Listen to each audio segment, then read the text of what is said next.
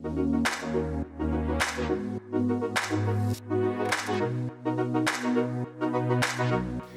you, David, for joining us today. So this is essentially part of our Retail Resilience video series. And within this series, essentially what we're doing is we're speaking to partners to get insight on customer behavioural trends and also how brands are adapting to these trends in order to kind of survive the current climate. So I guess who better to speak to than you, working at HSBC, just to hear your perspective on things. So jumping straight into it, it'd be really good to hear your view on how customer behaviour is shifting in the response to uncertainty in the current economic climate. Yeah, so just to take a little step back first in terms of how and where HSBC sits within the retail sector, just to give a bit of context, like we as a bank lend roughly about $10 billion to UK retail. So you could say we have a really strong vested interest in the success of the industry, but it also gives us an unparalleled view and access to the sector. So we get to see pretty much everything in detail that nobody else really gets to see. So hopefully it gives us a view and a barometer of the shape of the industry. Anyway, so that's that.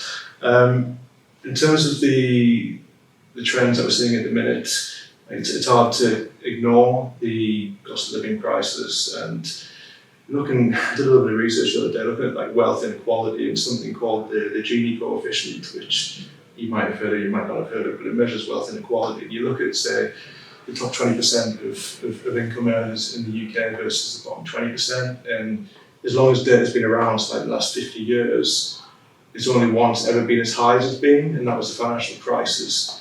And again, that was only measured for 2022, so goodness knows what 2023 will show by the end of the year when that comes out, when obviously what we know what's been going on this year, it's tough, inflation, interest rates, etc.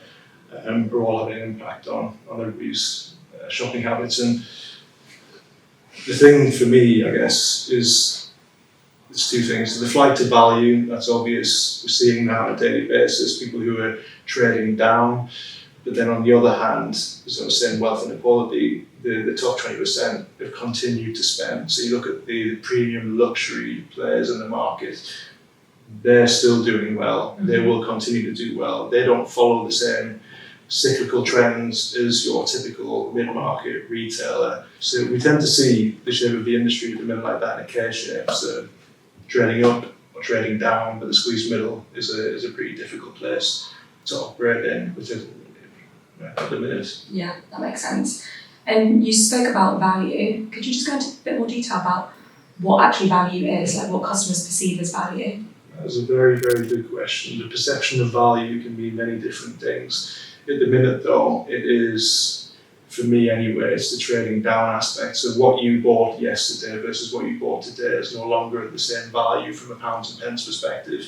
You're either getting less for your money for the same money, or you are actively trading down. So the best example is like your weekly food shop. Like people will no longer typically, I'm not going to say company names, but typically going to the biggest retailer in the country, they might be trading down to a German discounter, for example. Mm-hmm. And that's where it's most evident. But then if you look at, say, for example, I don't know, FMCG type products, again, no longer are they going to their supermarket to buy them, they're going to a discounter, which could be a B&M, Home Bargains, or whoever it is. So when I see value, that's what I'm meaning at the minute, but at the same time, there's that perception, as you said, of value. Like value to that person is very different to, say, for example, somebody who's earning quite a lot of money, and the perception of value there is quality of products. So somebody who's saying, right, that is something that's going to last a lifetime, something that is worth the money that I'm going to pay for it. So that is also value. Yeah, I completely agree, because I think a lot of people just put value to price, but like you said, there's so many other factors which kind of move into that. And something we spoke about earlier was emotional value, which I think customers don't even realise they place an emphasis on, but it just, you do, and you don't realise that you're doing it, and you're willing to kind of sometimes pay for that value and not knowing what the reasons behind it are. Yeah, you've also got like the ethics behind it as well, which is coming more and more into it, and that's for me a really interesting space. Like that is a trend that we're seeing where people will search with ESG in the back of their mind, and is that a switch that's going to happen immediately? Like, we're starting to see it, but is it actually going to feed through into the purchasing of ethically based or sourced products? Personally, I don't think so yet. As in, people talk about it, but what people talk about and spend are two different things, and that's why we still see a lot of those, say, throwaway fashion businesses are continuing to do relatively well, because whilst you might have values from an ESG perspective, you've also got a discretionary or disposable income that does not match that aspiration to have those values. So I think it's definitely a trend for the future. We're starting to see it, but it's not feeding through to the pounds and pence at the minute.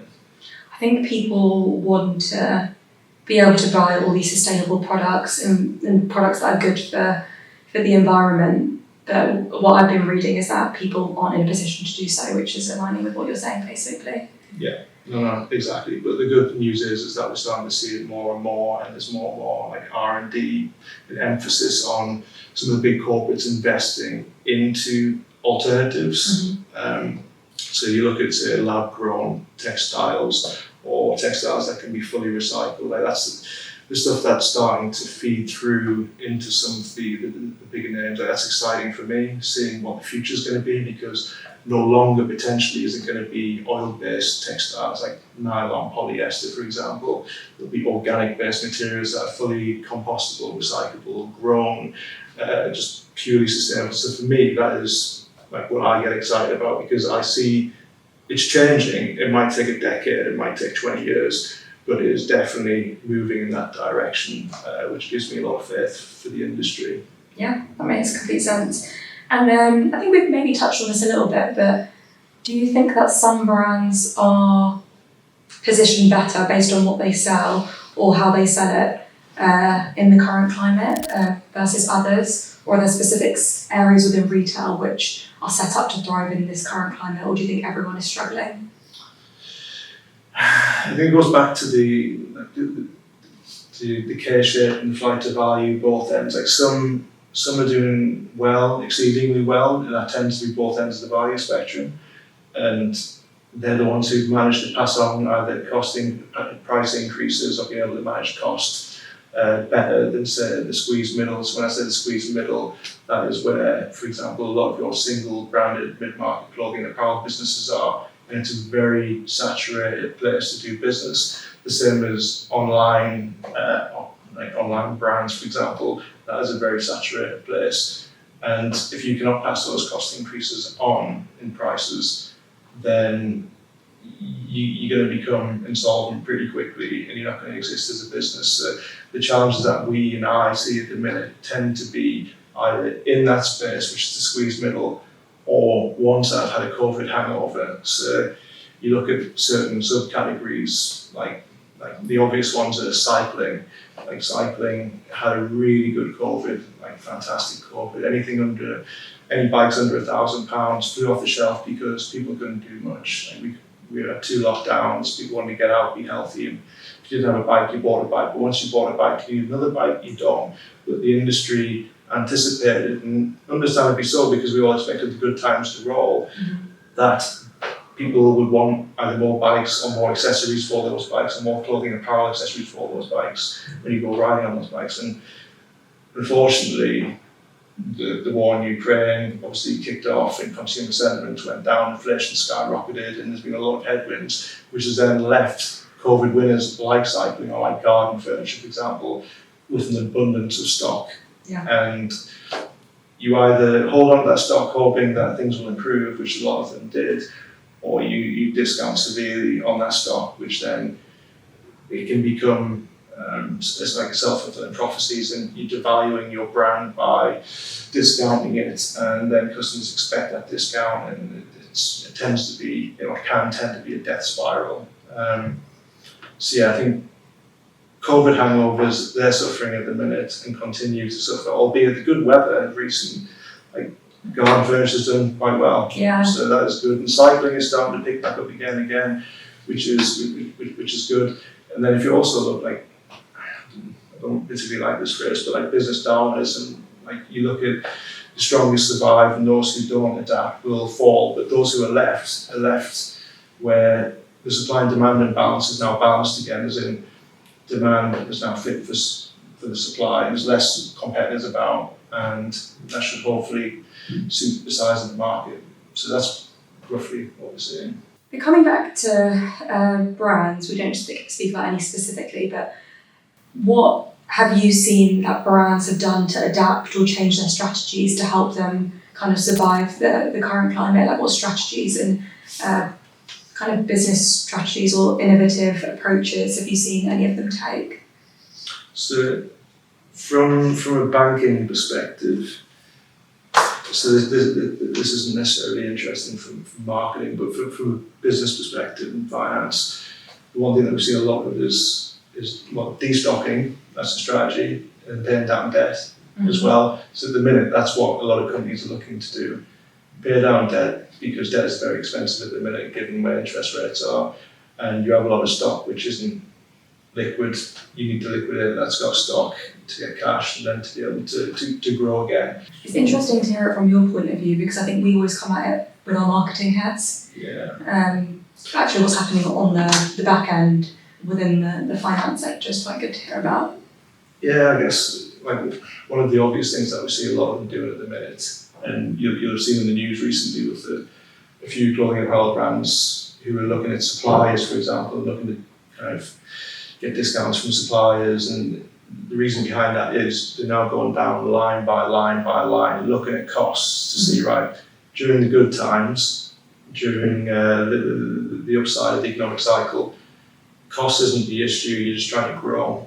At the minute, at the bottom end of the cycle, we're looking to maintain profitability, and by doing that, we're having to go through and actually look at our costs, something that you've never done before because you haven't needed to do because you've been growing 100% year on year on year. So we're seeing that cost line by line, figuring out where we can, where retailers can look, where reductions can be made and cost savings can be made. It'll be interesting to see whether marketing, like in my opinion, marketing for online businesses isn't a cost that can be cut, because arguably that is the equivalent of your rent. If you're a physical retailer, to get people to buy stuff from your store, you need to pay rent and have a store. The same for an online retailer. You need footfall to get through your website to be able to generate sales. So arguably, it's not a cost that can be reduced, which is interesting. It's also interesting to see how the price of marketing is going to adapt during a downside of a cycle, whether that's going to go down with the economic downturn, or whether it's going to defy logic and actually continue to increase. And personally, I think it'll probably defy logic, whereas traditional marketing, for example, obviously goes hand in glove with an economic cycle. Digital marketing, I don't think will follow that trend. I think it will continue either stable or increasing at the path that it's going at, because it's not a cost that you can afford to not pay unless you want to have a much smaller business. Yeah, it makes sense. And I think on the marketing side of things, it is a mixed bag. I think sometimes you're seeing it go down in price, like the cost of marketing on specific platforms, because other brands are pulling away because they feel like that's some of the only cost cutting they can do. But there's research from, I believe it's Google, speaking around the importance of remaining present at a moment like this. So where there is economic downturn, brands should be either maintaining or increasing their investment. The moment you start to decrease, when we kind of come out of this, they're not going to be in a position where they're front of mind, so people aren't thinking about them, and as soon as a customer forgets about you, it's so hard to get them back. That is definitely one way of looking at it, and something that I haven't thought about before, but yeah, very true. You don't want to become redundant by being forgotten about, and over the next year or two, potentially, that's where I guess you're going to build loyalty with your customers. Yeah, and I think also people are taking a lot longer to the consideration period about buying something is also a lot longer now. Obviously, I think when people think about the retail sector, it's kind of a doomy and gloomy picture that's painted. But do you see any light at the end of the tunnel? Is there anything that you can see from the data that you have, for example, that hints towards that? The data doesn't point towards consumer being in such a bad condition to what perhaps the media portrays. Yeah. And what I mean by that, like if you look at, say, for example, consumer debt figures over the past, 3-4 years, like we're still significantly down from a consumer debt perspective, which excludes mortgages, excludes student loans. We're in a lot better position than what we were to pre-COVID, right? We've got a lot less consumer debt. You look at consumer savings, we've still got, certain pockets of the population still have significant COVID savings, which in one hand is great, but two, on another hand, it can potentially be an inflationary problem because they still have the power to spend, and the whole point of raising interest rates is to quell that demand. So it's a double-edged sword.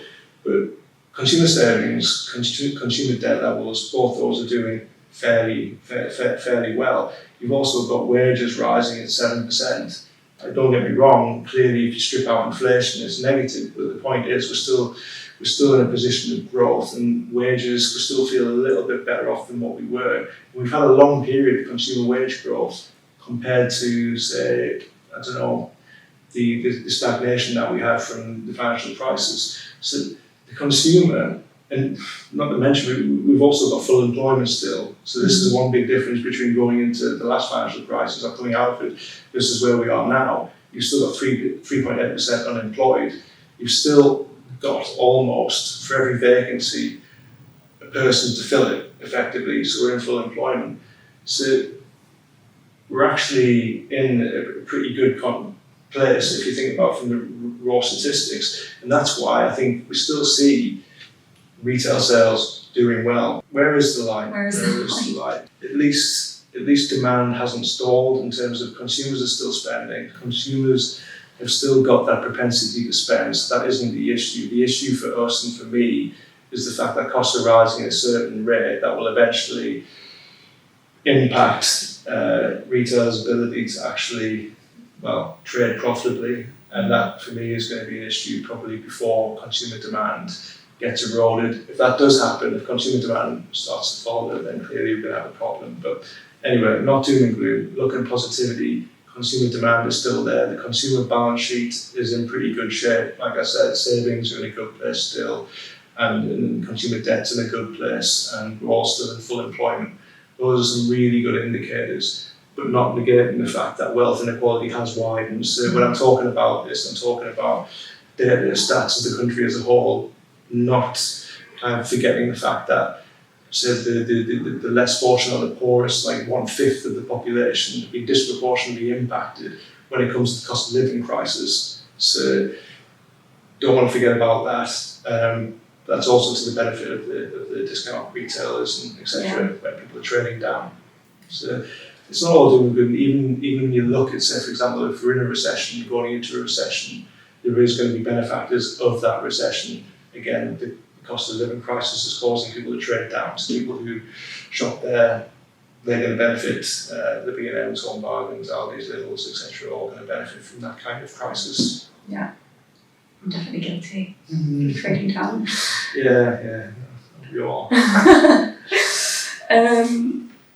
So I guess what would be your advice for brands at the moment, based on everything that you know and what you've seen maybe working well? Yeah, knowing that customer and who they're selling to, that to me is just understand that's the core part of their proposition. If you can't get that right, then arguably they haven't got a right to be here. But I think once that's been nailed down, at the minute it's all about costs. It's going through line by line by line and becoming more streamlined and understanding where you're getting the most bang for your buck, and whether that is through marketing on one platform versus the other platform, whether it's renting from one shopping centre to another shopping centre and coming out somewhere else.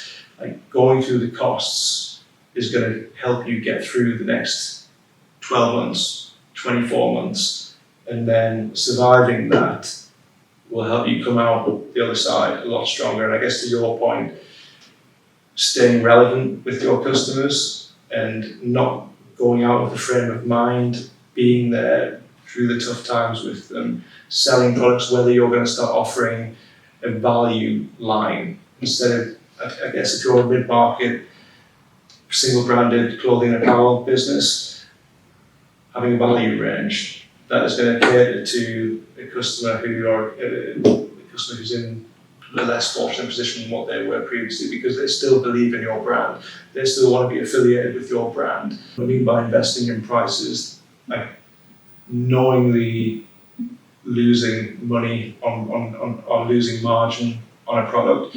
So if this is especially prevalent in supermarkets, you're investing in price means you're willing to lose so much money to sell this product. So a bag of oranges, for example, I'm investing in price. So what should cost £1.50, I'm investing in price to make it £1. Okay, which means I'm willing to take 50 pence off each one to make a loss effectively. Why do brands do that? Brands are at the heart of supermarkets do it for market share. It's very easy. Supermarkets is very easy. It's a very easy thing to talk about. They do it purely for market share and the fact that they're able to make up margin on all the products that you put in your shopping basket, and the fact that you go there every single week. Like you're a loyal customer, they don't want to lose you as a repeat loyal customer. So if anything, like grocery retail is just a speeded up kind of way of talking about non-food retail. Like it's speeded up the whole process of being a loyal customer and retaining you by investing in price. Whereas some brands, for example, will have loss-leading products to retain you as a customer. So if you were buying something from, I don't know, a mid-market single branded apparel business, you wanted to buy a jumper, but at the same time they were going to offer you a blouse, which was going to be a loss-leading product. That's investing in the price effectively to retain you as a customer. Also, you're buying something that is margin accretive to them, if that makes sense. Yeah. It's interesting, not something I thought of really. You don't need to think of it. Yeah, simply because you brought it to our attention. Are there any other trends or any other things that you're seeing brands do that you think might be worth calling out? Revisiting the number of SKUs, for example, that like a retailer is going to provide. So back in the day, if you thought about selling, I don't know, 15,000 items, right? So is a big clothing business, 15,000 SKUs. That's fantastic. You're offering so much value and choice to so many different people. That's great. That's not great potentially during a downturn in costs, and you've got quite a bit of redundant stock. Potentially stock turn isn't as quick as what it used to be. So rationalising the SKU numbers that you've got is a business potentially is one way of looking at getting through the next 12, 24 months. We're starting to see that quite a bit more, than being more selective on the products that you actually choose to sell. So going back to the loss-leading products, not using those loss-leading products and usually just utilising products that have a good margin, purposely selling your best sellers, not just the periphery products around that. So looking at best sellers or your hero products and concentrating on what you are and were good at going into this, rather than all the fluffy stuff that's around the outside that builds up sales, revenue, etc. So just being very laser focused and concentrate on the type of product that you're selling, minimising SKUs potentially, and making the best out of the products you sell by being the best margin accretive products. That makes sense. So kind of less is more in this instance. So you don't need such a wide set of products. Focus on the key ones that you know work well for you. And I guess later down the line they can go back to diversifying. Yeah. But at this moment in time, that's what's going to kind of benefit them. There's a very, very boring banking saying that is, turnover is vanity, profit is sanity. Very, very boring. So I apologise for that, but it's true. Like during economic growth, it's all about sales, getting sales, growing rapidly. Now the time is to reflect and not just look at sales, but look at profitability. And that's where I think a lot of businesses at the minute and a lot of listed retailers are looking. Actually, there's no point just getting sales. We need to start looking more closely at our costs and our margin, our profitability. Well, great. Thank you so much for coming in today and speaking to us all around consumer trends, how brands are responding, your advice as well on how brands should respond. It's been really great chatting to you. No, thank you. It's been a pleasure as always. Thanks.